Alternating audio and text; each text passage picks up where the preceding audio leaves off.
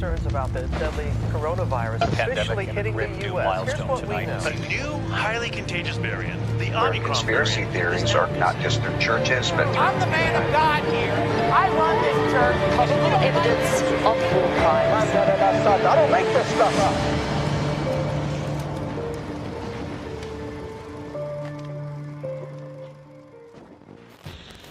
Well, hey, Inland Hills Church, and welcome to week 2 of our series, Is God Good? As we said last week, we just decided that it was a good time to do a series where we wrestled with some of the biggest questions people have about God, Christianity, faith.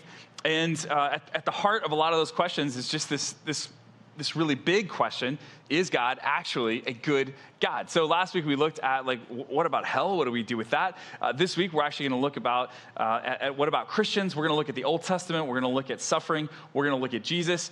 Next week is Mother's Day. We're going to take a break from this series, and so we hope you'll come back for Mother's Day as we do something completely different and not at all this dark and gloomy. But this week's going to be really helpful, hopefully, as well, and we look forward to seeing you next week. So today, what we're going to look at is what about Christians? What about Christians? In other words, a number of folks have walked away from Christianity or questioned God's goodness or questioned Christianity's possible truth because they've had a bad experience with a church or a Christian or a pastor. And it's just made them call the whole thing into doubt. And so today we want to talk about that. And I want to talk about that to Christians. So if you're already a follower of Jesus, what does it look like for you to end up not being the kind of Christian that sends someone else spiraling? What are some things that we can do to change that trajectory? And then if you are not a Christian, you're not a follower of Jesus, especially toward the end of today's message, I've just got some things I want to help you think through and process so that hopefully an experience that you have with someone doesn't stand between you and the one who created you.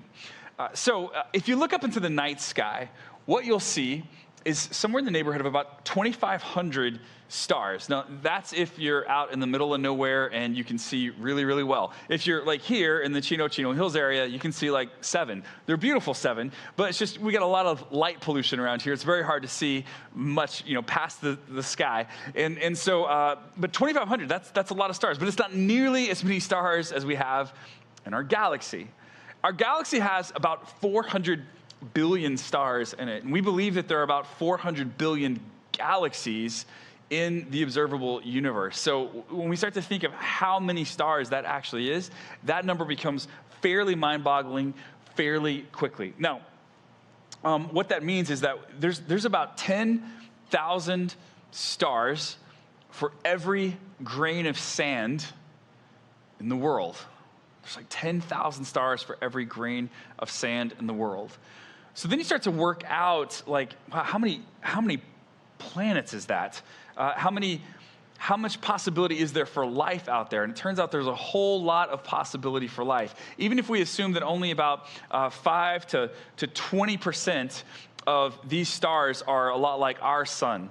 And that still means that there's 500 quadrillion stars out there that could possibly have a planet like Earth orbiting around that particular star. And then when you start to think okay, well maybe only 20% of those stars would actually probably have a planet that's like Earth, that still puts you at 1% of the total stars that are in the observable universe as perhaps having an Earth-like planet around them. Now let's just say that only a handful of those stars actually could have life. And let's just say that only a handful of those stars could actually have intelligent life. That still puts you at a mind-boggling number that 10 quadrillion possible planets in the observable universe would be able to have intelligent life. And if you zoom it into our galaxy specifically, just the Milky Way galaxy, that would put us at a possibility of something even with a conservative estimate, something like 100,000 planets that should have intelligent life. Now, a lot of that requires us to speculate, but we're just trying to take numbers and percentages and odds here. And that's led scientists to just ask a question. In fact, there's a question that's known as the Fermi paradox, based on the physicist Enrico Fermi. He asked this, it was really deep. Where is everyone? right? If there are like 100,000 planets within our galaxy that probably have like intelligent life, that's quite a lot of planets. So why is it that we feel like we're basically, it's just us, it's just planet Earth? How do you solve that question? And so lots of people have given time and thought to that and tried to think through the implications of it. And so there's a few possibilities. We won't go through all of them, but just a few of them, because I think that they're fairly interesting. So one is the idea that perhaps there's like a great filter, that at some point in the process of civilization, actual intelligent life gets filtered out. It doesn't work. So then that leaves us in a few possible spots as well. First of all, maybe the great filter is behind us and we're out in front of it, but there aren't that many other planets that have surpassed that place of the great filter. And so here we are. There's a lot of other planets that could have life, and they will later, but we're just first. We've kind of like beaten pretty much everybody else. Maybe there's a handful of others out there, but we're so far away from each other, we can't possibly find each other. So that's possible. Or perhaps like there's just a species advancement, right? Where instead of us being first, it's just like we're rare. We're not first, but we're rare, and we're just really spread out. Or perhaps there are lots of species that pass the great filter, and like intelligent life, that happened for them, but there's actually a great filter that comes later, and it makes it to where like people on that planet eventually all kill each other off or destroy their planets. And we just haven't quite gotten to that greatest of filters yet. We've done well for ourselves, but we're just kind of lagging behind, and we're not going to make it. In other words, like we're out. At some point in the future, this will all just go away, because that's what's happened to every other civilization. Some also believe that it's possible that actually there's lots of intelligent life out there, but there's other reasons that they just haven't made contact with us yet. And I don't know if you remember, I remember, at the height of the pandemic, when we were all stuck at home and parks were still closed, and like the government released some information that we had been tracking UFOs and had like all these videos of UFOs that we weren't sure, and they just kind of like put it out like on the New York Times and the LA Times and CNN and Fox News, and like, they just had this video footage. And our lives were so crazy at that point, it's like all of us were just like, yeah, I mean, I guess that figures, right? Like, are the beaches open yet? Like, it was this weird moment where everyone was like, by the way, there's been UFOs. We don't really know what that's about. And so we just took it and started, and like, no one talks about it now. We haven't talked about it hardly at all. Like, I've had very few conversations about this in the last year and a half with anybody, but we were all there for it. We saw that, like, oh, that was released. That is crazy, really. But the whole world seemed so crazy that it just didn't even make a blip for us. So maybe there are intelligent life out there, and they haven't made contact with us for any number of reasons Fermi paradox folks have come up with. There's a possibility that maybe they're just not that interested. Maybe we're in like a dark corner of the universe, like in a backwater kind of town, and like they just don't swing by here that often. Or maybe they got to look at us and they were like, no thanks, right? There could be all kinds of reasons, but we're still left with the question, where is everyone? Feels like a paradox. There's a Christian paradox. And in fact, it's a paradox that for a while was a major reason why I struggled with faith. And the paradox was simply this: like, if Jesus has come to change the entire world, if those who follow after him are supposed to be transformed and made new, right? Here's the Christian paradox. Where are all the admirable Christians? Where are they? There ought to be so many people. Like, Christianity is, by people who say that, yes, I adhere to this, it's the largest religion in the world. And yet, for so many of us, we feel like we know so few people who are actually being transformed. We get involved in a church and we start to see like gossiping or backbiting or just unhealthy behavior or competition or people who are clearly like trying to puff their chests and seem more righteous than they are, and it just becomes confusing. Like, what is this? What is happening here? So what I want to do for just a few minutes today is to actually look and realize that this is not a new problem. It's actually like a super old problem. To ask why it actually exists, what we might be able to do about it, and then finally, if you're someone who's had a bad experience with Christians, to ask how it is that you might be able to put that behind you, to heal, to get closure, and to continue to move forward with the possible belief that God actually is good, even though your experience was bad. In the early church, there was an apostle, one of the very first followers of Jesus, named Peter.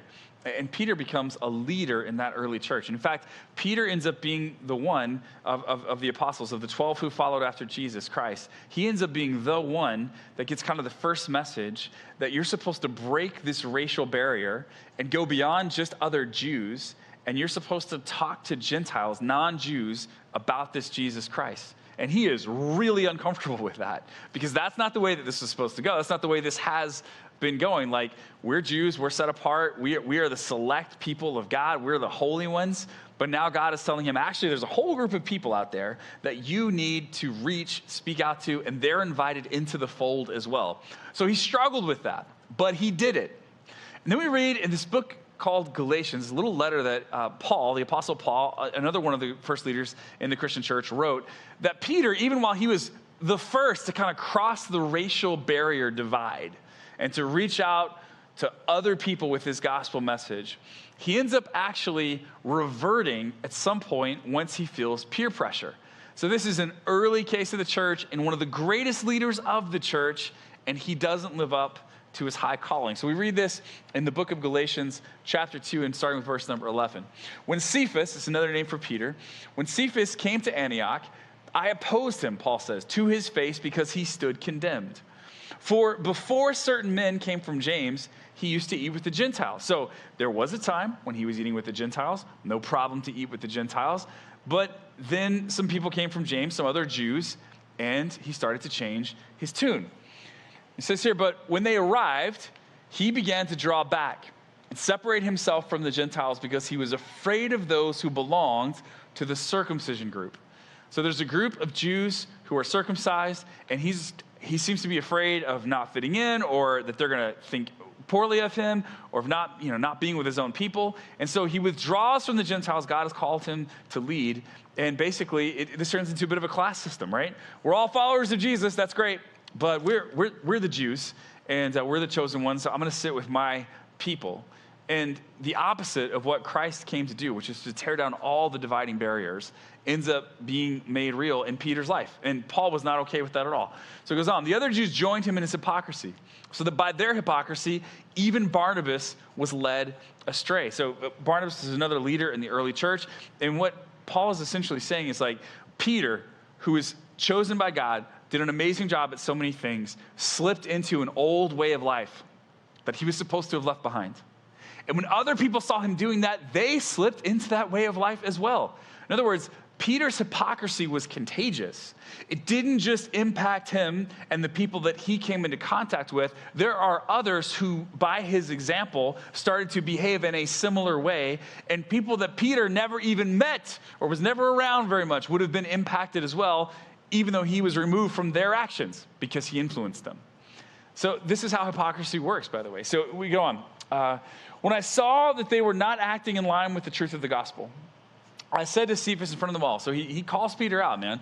I said to him in front of them all, you are a Jew, yet you live like a Gentile and not like a Jew. How is it then that you force Gentiles to follow Jewish customs?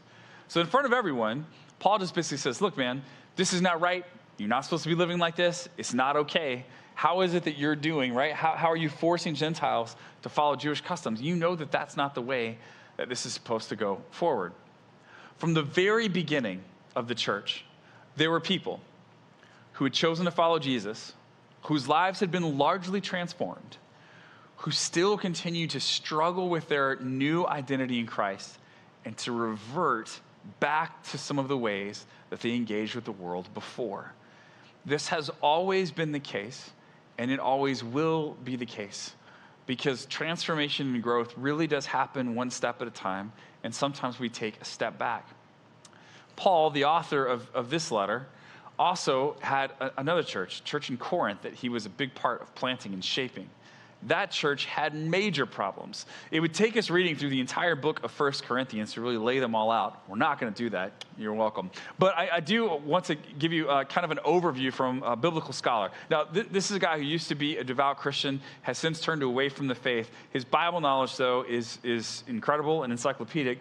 And his summary here of 1 Corinthians, I think, is one of the best summaries I've ever heard. So this is him giving basically a summary of the entire book. His name is Bart Ehrman, and he says this. these were serious problems indeed, these problems happening in Corinth. Massive and deep divisions in the church, considerably infighting among the factions that supported one leader or another, cases of rank immorality, including Christian men visiting prostitutes and bragging about it in church, and one man sleeping with his stepmother, chaotic scenes in the worship services, including the weekly communion supper, with some members coming early to gorge, including the weekly communion supper, with some members coming early to gorge themselves and drink all the wine so that there was nothing left when the poorer members arrived later. Paul writes his letter to deal with such problems one by one. I don't know if you caught all of them, but that's a lot of stuff happening. This is a church that Paul had planted, and everything about it feels like it's just going off the rails, right? There's immorality. They're bragging about it. They've decided to divvy the class system up again when it comes to communion. So the people who get there early to celebrate the supper that's supposed to remind you of the sacrifice of Jesus' body and the pouring out of his blood is being used instead in order to gorge oneself and to show that you are more upper class than them. It's causing division. The thing that's supposed to unite everyone is the thing that the Corinthians are using to cause division within their body. Like, this was one of the earliest churches. So Christians behaving badly in churches not living up to the very high call of Jesus in their lives is something that has been with us for a really long time. And unfortunately, I think that the church in the West, and specifically in the United States, is dealing with this, has dealt with this, will continue to deal with this as long as it exists. That's just the way that things work. But every church needs to be called to look at the way that it is inflicting wounds on other people so that it might acknowledge it and turn from it, repenting of it and changing of it. So for just a few minutes today, I just wanted to look at a few big categories that I think we need to keep in mind as the church. And I don't just mean Inland Hills Church, but the church in the U.S. specifically, as we're trying to think of how it is that we are gaining influence, sharing the gospel with other people, and being representatives of Jesus Christ. These are areas that I think time and time again have actually been repulsive in ways that they don't have to be. Look, it's okay if someone's offended by the gospel because they find the message of the gospel offensive. Like, that's okay. If someone says, like, you're preaching Jesus and him crucified and raised from the dead, and that we have areas of our lives that Jesus needs to heal, if that's offensive to someone, then we'll offend. Like, because that's the gospel we've been called to proclaim. But sometimes we offend or distance or put barriers down that they have nothing to do with the gospel. They just have to do with our culture or the subculture that we've built in here in the United States around Christianity. So just a few things, and we'll just talk through them one at a time, and then we'll basically be done after we talk a little bit about that. So the first one is anti-intellectualism.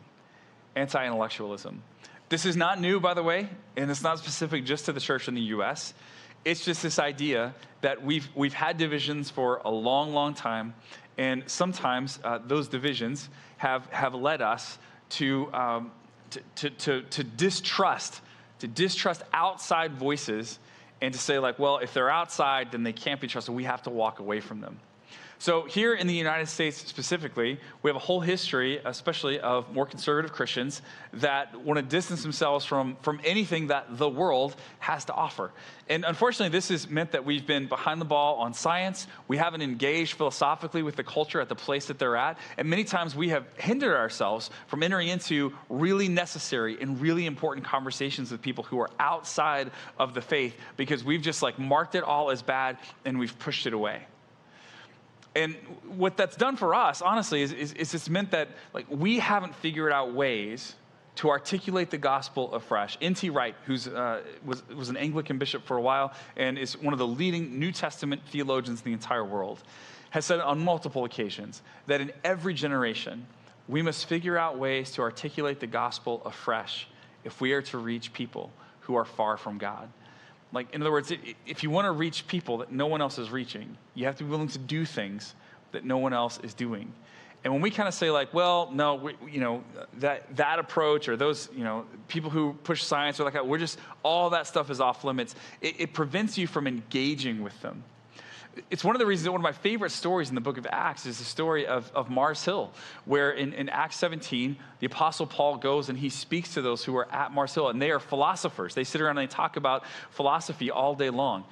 And he could do a lot of things when he gets there, but what he does, instead of like putting them down or saying that all their philosophy should be debunked or none of it's true, he finds a way, since he's knowledgeable of their philosophy, he ends up finding a way in the midst of that conversation to use their philosophy as an open door.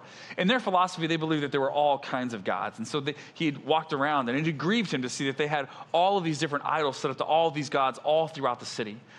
But they also had one idol that just said to an unknown God, just to cover their bases and make sure, just in case there's a God that we accidentally left out, we'll just make this idol, and this is going to be for whatever gods that we left out. And he used that idol as a way into their conversation. And he said, I noticed that you were very religious. In fact, you even have one altar set up to an unknown God. And he essentially said, let me tell you about that God.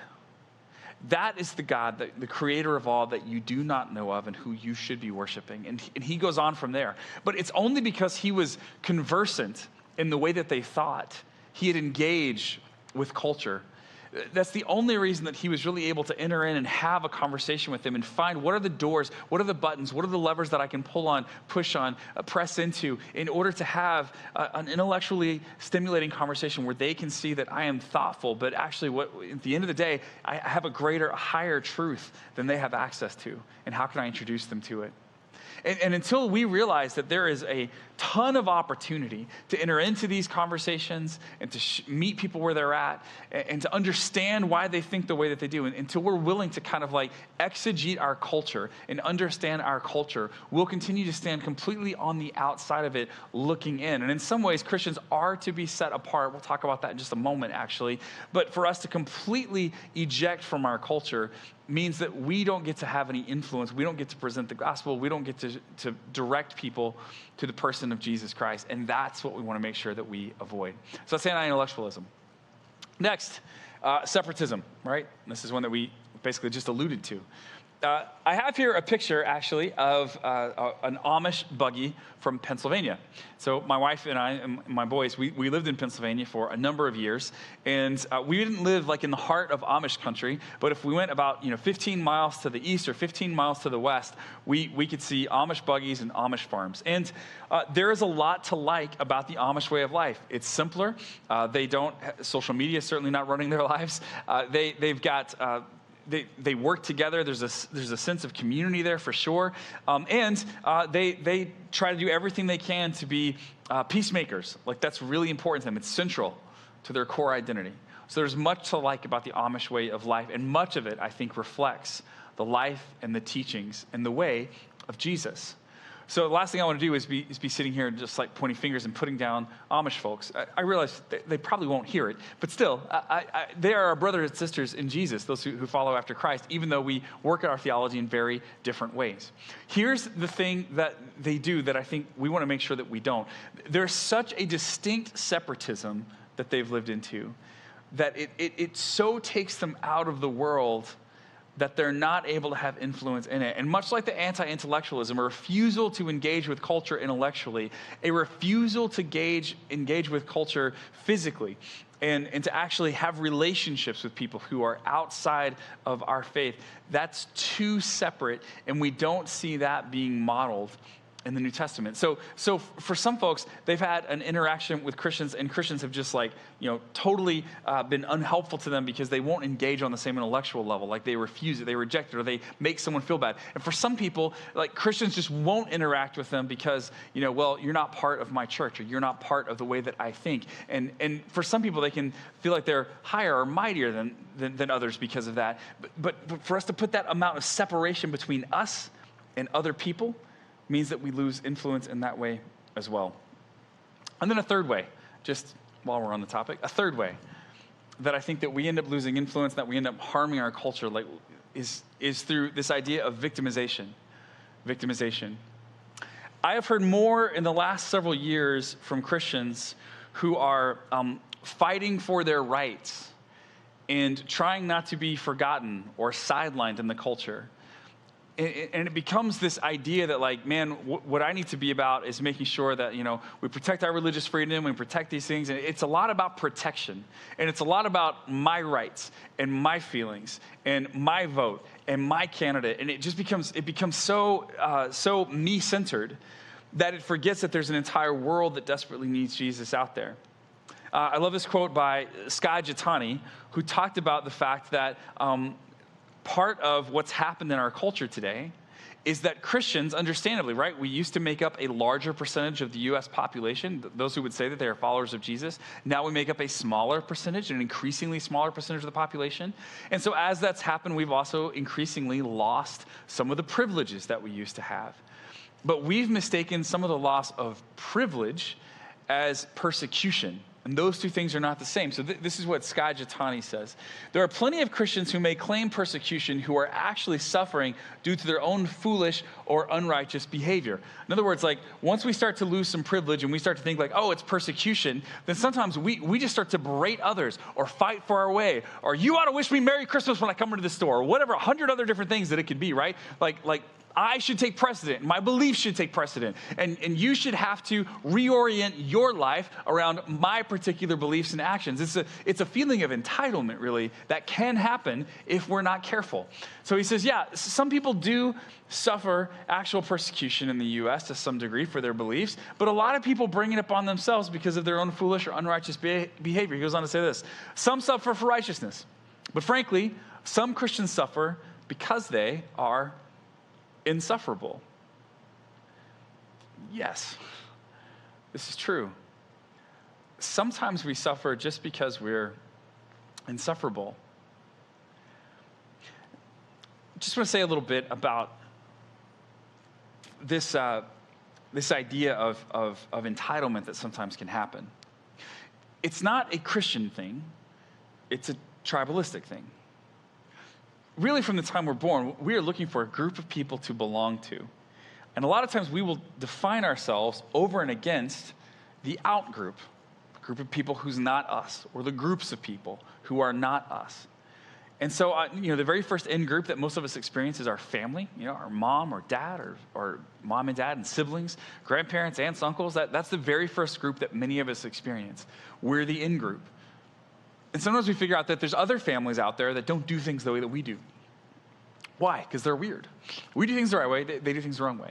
Or there's other people out there who don't see the world the way we do. Why? Because they're weird. They're wrong. We do things a certain way. Or then maybe you get a little bit older and you go to school, right? And you have a school mascot. Maybe you play basketball or football or volleyball or tennis, or you're on the chess team, whatever that is. But like you are part of a school and you have a mascot. And like we're the Blue Devils, we're the Bears, we're the Angels, we're the whatevers. Like that's who we are. Who are we not? Everybody else. We have a certain way of doing things here. And other people do it differently. Why? Because they're wrong.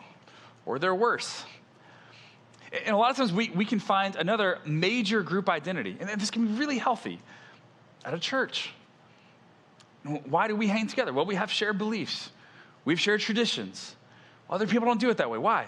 Well, because they're wrong. They do it the wrong way, and we do it the right way. They're weird. Yeah, and so sometimes we can start to build up this belief, and then we can start to impose on others that if they want to do it the right way, if they want to stop being weird and do it the right way, God's way, then they should do it our way. And then when they may see things a little differently than us, and they start to resist us asking them to do it our way, we can start to believe that, well, I'm being persecuted. You pushing back on me means that I'm losing some of my privilege here. And we can start to get a complex out of that. By the way, demagogues have taken advantage of this in-group, out-group mentality throughout all of Christian history. And one way that people have risen to the top, there's a 3-step program. Step number 1 is you tell Christians that their existence or their privilege is at stake. Like it's about to go away. You convince them that that's going to happen. Step number 2, you convince them that you alone, you are the only person that stands between them and them losing their privileges or they're losing their existence. Like they need you on their side. Step number 3, There is no step number 3. All you had to do was those first 2 things. And now suddenly, if you convince enough people of those things, you can gather a movement. It's not an explicitly Christian thing, by the way. Any populist movement, demagogic movement can look like that. But it's very, very powerful when it's tied to something we are insanely passionate about. And most of us who are sincere in our religious convictions are very passionate about those religious convictions. And therefore, that is an area that people can take advantage of, trick us into. And so for lots of Christians, we have, especially here in the U.S., especially here in the West, there are leaders over the last couple hundred years that have consistently taken advantage of our in-group mentality, of our tribalism, and none of that stuff, by the way, is gospel. Jesus pushed back on it constantly. The first disciples had to push back on it constantly, right? The in-group, out-group thing is exactly what's happening to Peter in the passage we read out of Galatians. But you have to constantly be pushing, constantly be pushing. What we need to do in order to break this is to recognize that as the church, we do not exist to protect our own rights. We do not exist to get our own way. We exist for the benefit and the betterment of people who are not Christians yet. Like, we exist to have communion with God, and we exist to invite other people into that communion as well. Which means when we think about the world, we shouldn't be thinking of them as outgroup, as other, as enemy. Rather, we ought to be thinking about them as potential brothers and sisters in Jesus, who God loves and who God created and who God says has infinite worth. We ought to be thinking of everything we can possibly do to become the kinds of people that are able to follow in the footsteps of Jesus as he consistently and continuously made ways for people who were far from God to seek him and to find him. C.S. Lewis, and I've just decided, by the way, to use C.S. Lewis in every sermon in this series, so sorry if you don't like that. Here's something that C.S. Lewis said. He wrote, "Abstain from all thinking about other people's faults unless your duties as a teacher or parent make it necessary to think about them. Whenever the thoughts come unnecessarily into one's mind, why not simply shove them away and think of one's own faults instead? For there, with God's help, one can do something." It's just this idea, right? And it's a fairly simple idea. It's this idea that every day as we're walking along, we are tempted to make judgments of people. So if you've gone to a mall recently, or a Target, or you've just walked around the shops at Chino Hills or wherever, like, you will be tempted when you do that to just make judgments of people all the time. Oh, what were they thinking walking out of the house in that outfit, right? What are they thinking with their hair right there? Oh, I can't believe they ordered that Cinnabon. That is the biggest size Cinnabon. Don't they know that's like 12,000 calories? You just go, you're not even trying. You're just constantly having thoughts about other people. You're constantly making judgments about other people, you know? It's like, oh, what terrible parents. I can't believe they let their kid act like that in public. And most of the people who say that are people who, have not had children of their own. But you just start to make these judgments of everybody. It's so easy to do. It's easy to slip into it. What Lewis is begging us to avoid is that kind of judgment. That in fact, the way that the world begins to change is if we as followers of Jesus, every time those thoughts start entering into our own head, if we shove them aside and instead start to think like, what is it in my own life that doesn't reflect the way of Jesus today?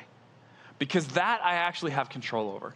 Other people's actions, other people's attitudes, other people's parenting skills or clothing or the way that they treat each other, like, I don't have control over that stuff. But the way that I can make the world a more Christ-like place is for me to align with Jesus and becoming more Christ-like. To invite him to change my heart and to transform my soul. That's the way that I can do this. There's a great little book that came out a few years ago called When Bad Christians Happen to Good People. And within that book, the author actually gives what he calls an unbeliever's bill of rights.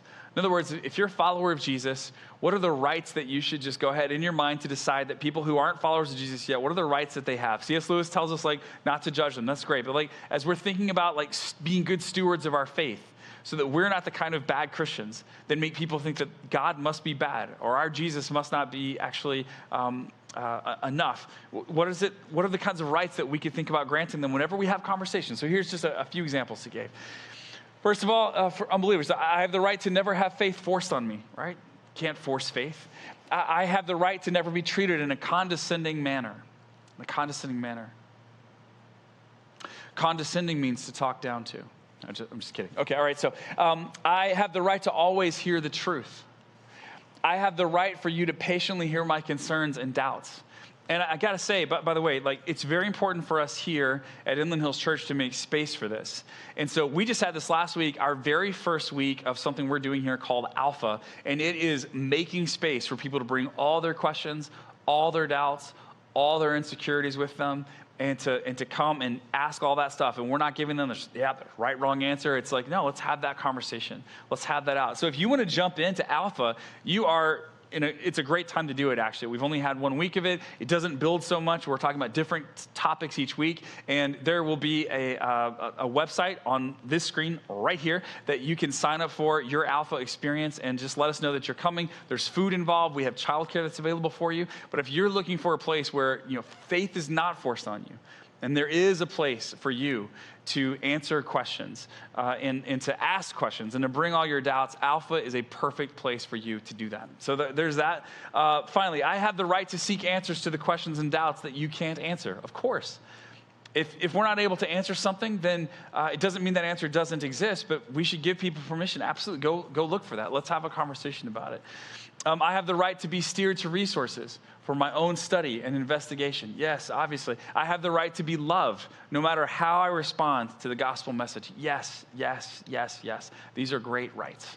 They're fantastic rights. And as followers of Jesus, we ought to be willing to grant these to people who do not yet follow after him in order to give them the space to hear the gospel and to consider the possibility of Jesus. Here's one of the things I love that we've actually talked about a bit in Alpha. It's just this idea that when it comes to love, listening to someone and loving someone are so close to one another that most people can't tell the difference. Followers of Jesus, if you want to be helpful to the world around you, if you want to be a good Christian pointing to a good God, give them space, listen to them, hear them. It could make all the difference in the world. Now, as we conclude, I have been in churches like all over the U.S. My dad was an evangelist. I've seen crazy church stuff everywhere. I got a friend of mine actually who is at a church in Las Vegas, and he told me he's a pastor there, so he normally gets there early and he normally leaves later, so he doesn't normally see like what the parking lot crew is doing to help people get in, or the ushers. But a number of years ago, he was actually he had that Sunday off. He wasn't preaching, so he just said, you know what? I'm going to check and see what our experience is like if I show up at like a normal time. And so he came in the normal way. He went and even parked close to visitor parking, not in visitor parking, but as he walked, as he drove into the parking lot, he started to realize like people who were supposed to be on the parking team, they had their signs, but they were just like sitting on the ground. That one of the signs that were leaned up against some of them, like they just really weren't paying attention. And he noticed like they seemed to be fairly disheveled, and he's like, well, what is happening here? So he looked into it later that day, and he found out that one of the guys on the parking team had decided to recruit a bunch of other people, and they had a deal there where if you wanted to help volunteer on a Sunday morning, if you were homeless, they would give you 2 bus tokens, one to get to the church and one to get away from it, if you would come and do that. This guy decided to make good on that, and he recruited a bunch of people who were homeless in the area, and he said, like, if you'll come and serve in the parking lot, you'll get 1 bus token. So he was giving them 1 bus token that the church had given, and then he was keeping the other one for himself. They turned a group of homeless people into their welcoming parking lot committee so that this guy could just make money off the tokens, basically. Like this, he's just like, no, what are we doing here? Oh my goodness, that is such a horrible witness. They had to have a talk with this guy, and they dismissed him from the team. They're like, what's going on in your life that you wanted to just run a scam off of this thing? It's just crazy. And that's the thing. That's the thing. Anytime you enter into a group of people who say they're trying to follow after Jesus Christ, you will find that there is hypocrisy and there is wrongdoing, and it's been like that since the very first century of Christianity. So maybe you have had a really, really bad experience at some point. Perhaps you were hurt.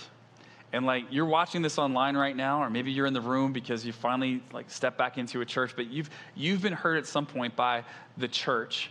And in your mind, there's almost like this like giant hairy church monster. Like even just getting close to a church or thinking about going to church or tuning in online to a church, like just kind of gives you like the willingness. You're just really struggling with it. I just want to encourage you to remember that there is not a church monster. In fact, the church didn't hurt you. People hurt you. It wasn't the church. It was someone. Someone with a name and a story hurt you. And they may have professed to be a follower of Jesus, and they may have been a follower of Jesus. But keep in mind that while there are many of us who will fail and will never get it perfect, one encounter, or even a handful of encounters, or even a lot of encounters of people within the church who don't live up to the standard of Jesus Christ, do not define the bride of Christ, the church of Christ, and that we're called to so much more than that. C.S. Lewis was once asked by someone, he said, you know what, I work with a bunch of people who are supposed to be followers of Jesus, but they still get angry. Like, what do I do with that? If they're supposed to be transformed, like, why are they still getting so angry? Here's the question he asked back. He said, the question isn't if the man still gets angry, but rather, is he less angry than he used to be? Lewis recognized what is true for all of us, that transformation is a journey. It doesn't happen in an instant. And when you start to realize that every person, even those who have been followers of Jesus for a really long time, that every person is on a journey of transformation, you start to realize like there are a whole lot less hypocrites than maybe you thought, and a whole lot more people who are on a very slow, day-by-day, step-by-step journey of transformation with Jesus. They may have hurt you now, but you should have seen them before. They may still get angry, but you should have seen what they used to do. It's not instantaneous. This process that we call sanctification, the aligning of our lives, the reorientation of our lives around the way of Jesus, it's not instantaneous. And it is a shame that we have bought into things like, anti-intellectualism and separatism and things like victimization. And it is a shame that we still get angry and that we still disappoint and we still say hurtful things. All those things are a shame. But none of that indicates that we follow after a bad God.